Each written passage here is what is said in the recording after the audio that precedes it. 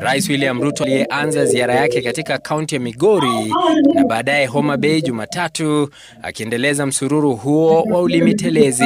Mkiona ule Kajieta na ule mwingine ako na kichwa kubwa, tumbo hata sijui nini, na ule mwingine sijui anataka kurani kiti ya women rep sijui ama ni gani. Mimi nauliza nyinyi, hawa watu ni wa kushindana na sisi hawa?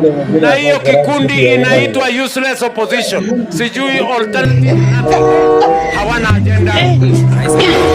Zaidi vinara wa muungano huo wa upinzani, hasa aliyekuwa naibu wake Rigathi Gachagua, kwenda rudisha kwanza mali ya ndugu yako, warudishie wajane na warudishie mayatima.